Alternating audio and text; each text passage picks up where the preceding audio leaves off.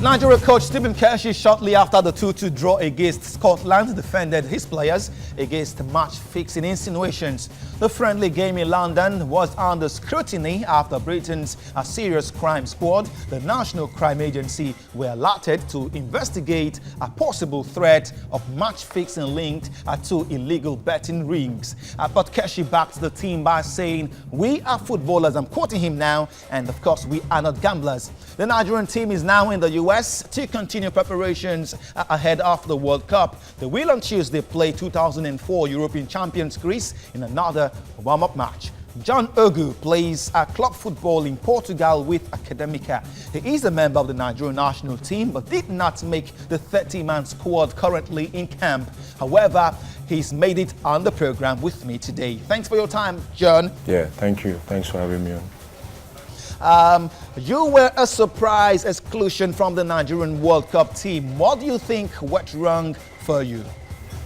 Well, to be honest, I don't know. I have no idea what happened, but I still believe everyone can go to the World Cup, But I mean, it's part of the game. I mean, I cannot question the manager's decision. He knows what he wants. He's the best coach in Africa. So if he feels I'm not supposed to be at this World Cup, I support his decision. All I need to do is just keep working hard and waiting for my own opportunity, because I believe football, it's all about you getting the opportunity.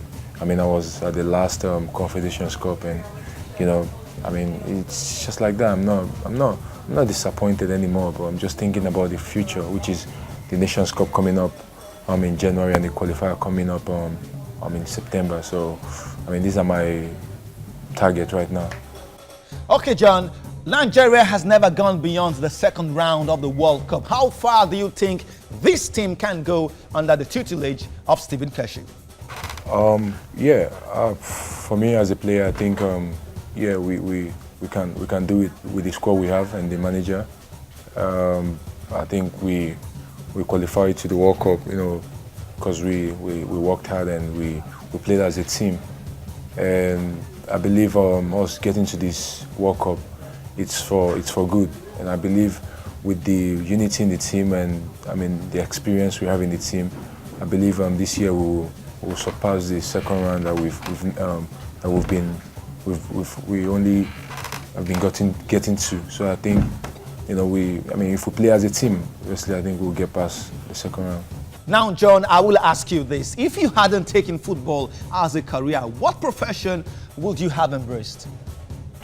If I've not been a football player, I think I'll probably be working in a bank or something, because I always, love to calculate, and when I was in school. So if I wasn't playing right now, I should be working in a bank or something.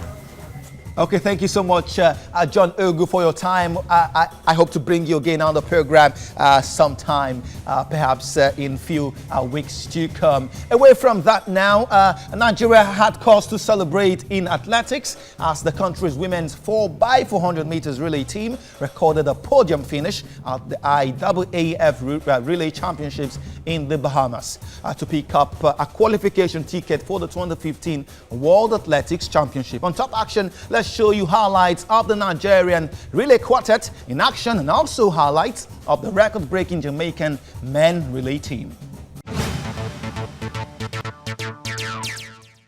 Africa yet produced another impressive display in an IAAF championship.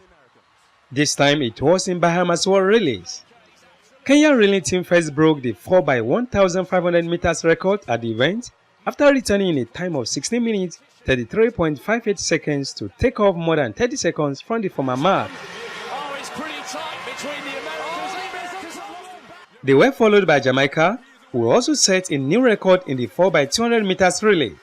The Jamaican team, led by 2011 World 100 meters champion Yohan Blake, returned in 1 minute 18.63 seconds to break the 20-year-old record previously held by the Santa Monica Track Club.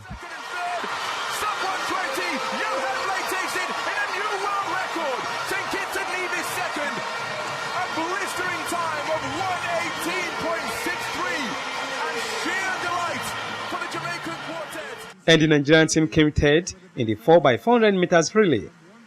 Nigeria finished in 3 minutes 23.4 seconds behind Jamaica in second, and winners the United States. The battle really on for second. Atkins is holding on to bring the Americans home. Can the Jamaicans hold off the Nigerians? Yes, they can. United States of America first across the line. Jamaica in second. Nigeria in third. So those are the first three across the line. With the result, the West African country has now qualified for the 2015 World Athletics Championship in China.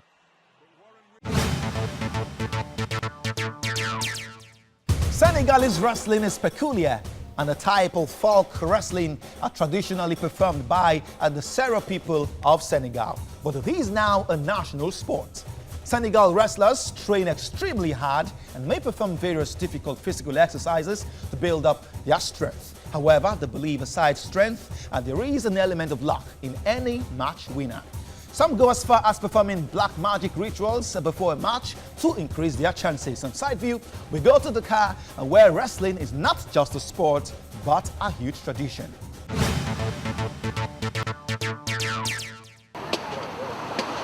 Training on the beach. It's not the environment one thinks of when it comes to wrestling. But Kadgi is no typical grappler. He is a traditional Senegalese wrestler. At almost 6 feet, he is the right size for the sport. And he has worked hard to build his frame since he started his love affair with the sport in 1989. One's size is very important because if you take an example of Senegal, you'll see that wrestlers who are not big have many problems, and to be a good wrestler, you must be very tall and strong.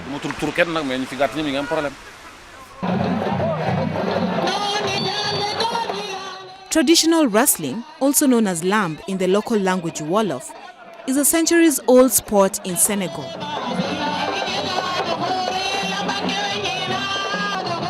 It is fought in the sand and has its root in village traditions. The pastime has evolved into a giant spectacle, widely televised. There are two types of wrestling, the original version without blows and one with punches. In the high season, fans throng stadiums to watch who among their favorites will be hailed the Lord of the Ring.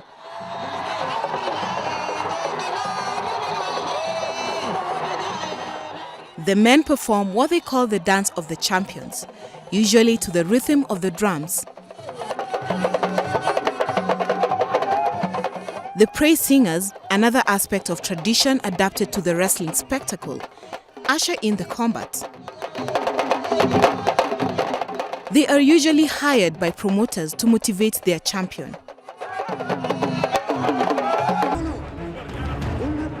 A wrestler only needs to go down once to lose. Matches can often be short, lasting less than 2 minutes. The consequences of the fight last much longer. The arena is the cradle of heroes and the humiliation of losers. Thiano Ka is a communication officer of the National Wrestling Committee. The government is supposed to support all the sports, but unfortunately, football is the king sport. So the best part of the money is devoted to that discipline. Senegal is big on football. The national team made it to the quarter-finals of the World Cup in 2002 and was one of the only 3 African teams to do so.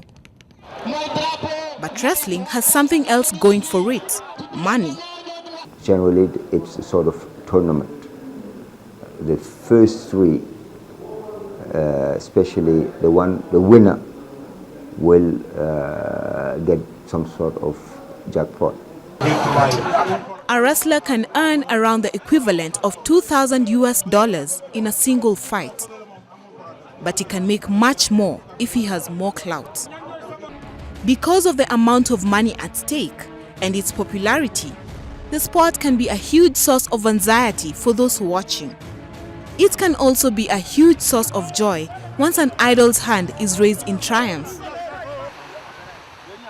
Although Kadgi is not comfortable with revealing the much he earns in bouts, he insists that it is a lot of money.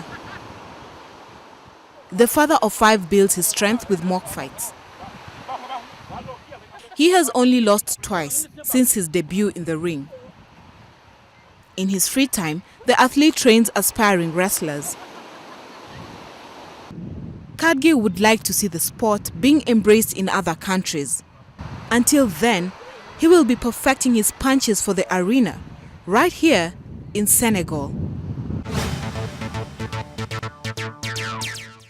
Rwanda will not be at the World Cup, but will participate at the Commonwealth Games in Glasgow, Scotland. They have started preparing for the Games, and 11 athletes that will represent the country have been named. We reported this story and also reported the death of Manchester United owner Malcolm Glazer. And Flashback will now do a recap of these stories and others.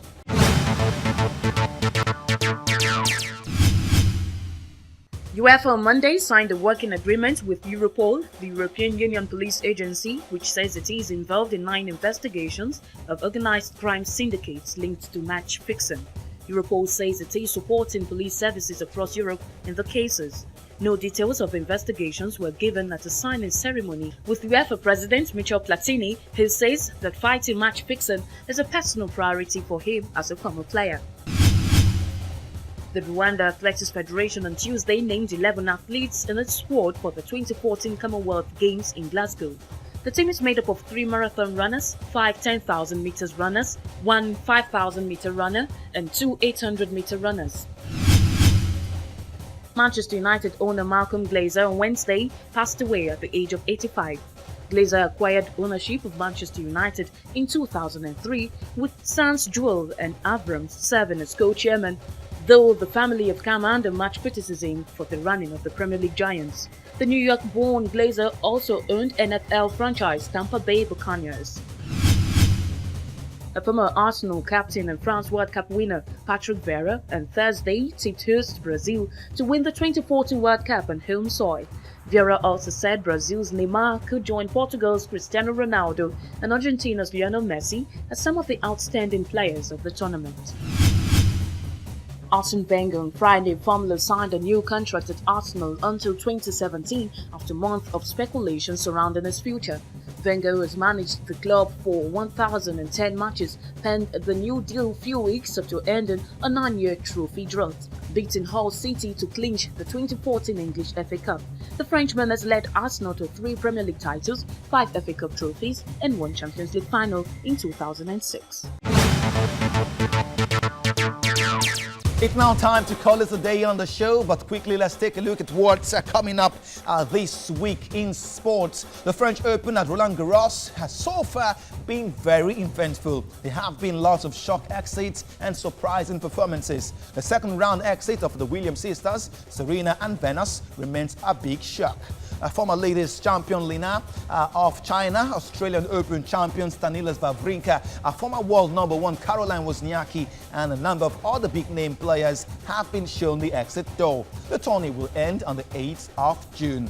And as the French Open ends on the 8th of June, the 7th race of the 2014 Formula One season will hold at the Circuit Gilles Villeneuve in Montreal, Canada. So far, it's been Mercedes all the way. Nico Rosberg leads the driver's standings, having won 2 races for Mercedes, while teammate Lewis Hamilton is just 4 points behind with 4 race victories. And that's it on the show this week. It's been Sport Week on TV Continental. I remain Promise Foge, and I'll be back next week. Till then, bye-bye now.